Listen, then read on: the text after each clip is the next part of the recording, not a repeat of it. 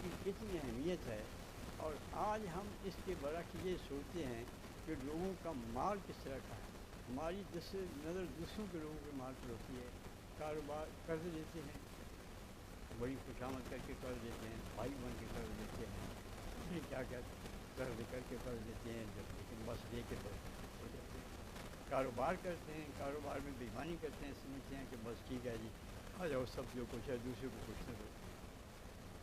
کہیں کو قرض لے کے کوئی بھاگ جاتا ہے، کوئی کچھ کرتا ہے۔ یہاں سے بھاگ کے اللہ تعالیٰ سے تو کوئی بھاگ نہیں سکتا، یہاں سے بھاگ کر سب نے اللہ کے پاس جانا ہے، جس کا جو کچھ ہوگا اس کو وہاں دینا ہوگا، اس کے نہیں دے گا تو پھر وہی ہوگا جو حضور کا ارشاد ہے کہ اس پر اس کی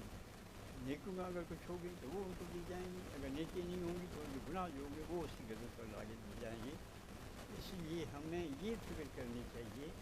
کہ ہم ایک تو شرک نہ کریں، اللہ تعالیٰ کے احکام کی جو ہے وہ پوری طرح سے اس کی پابندی کریں، کسی کے احکام کو، کسی کی آیت کو اور آیت کو اللہ تعالیٰ کی حکم پر ترجیح نہ دیں، اللہ تعالیٰ کی حکم کو چھوڑ کر اس کے حکم کی تعمیل نہ کریں۔ تیسری چیز یہ ہے جو بہت اہم ہے کہ ہم کسی کا حق ہے اس کو نہ مانیں، اس کو ادا کریں، کیونکہ اس سے رہائی کی کوئی صورت نہیں، وہ تو اللہ تعالیٰ بھی نہیں چھوڑے گا، اپنے حق سے وہ معاف کر سے، لیکن کسی کا حق وہ کہے گا وہ تو اسی سے معاف کرو۔ تو آج جو یہ دوڑ لگی ہوئی ہے دوسروں کے حق مارنے کی، کہ دوسرے کو مال ہاتھ آئے اور اس کو کھا جائیں، پھر وہ عدالتوں میں جاتا رہے یا پنچایت میں بیٹھا جو کچھ کرتا رہے، وہاں تو ہضم ہو گیا، اب جو کچھ ہوگا وہ آگے دیکھی جائے گی۔ اللہ تعالیٰ ہمیں توفیق دے، ہم شرک سے بچیں، ہم دوسروں کے حقوق کی ادائیگی کی توفیق دی ہمیں، ہم ادا کریں، کسی کا مال نہ کھائیں، کسی کی تکلیف نہ دیں، کسی کی اذیت نہ دیں۔ آخر دعوانا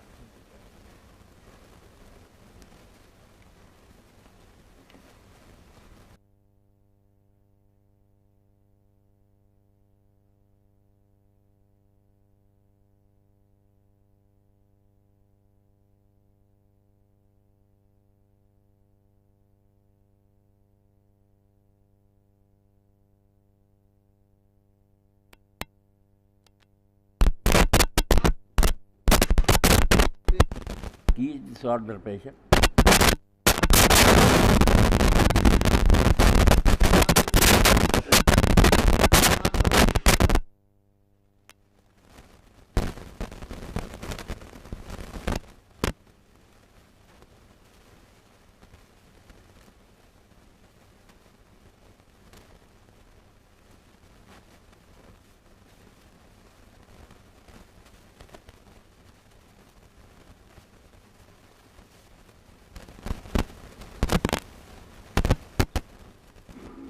نہیں یہ جو بہن آپ بتا رہے ہیں کہ طے ہو گیا کہ چلو وہ اپنا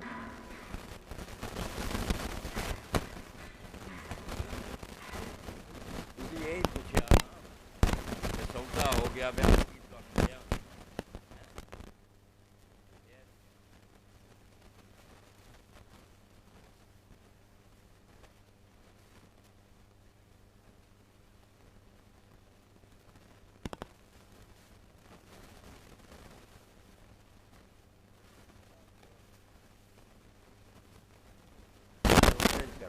دعا کر دیجیے گا وہ شور آ رہا ہے۔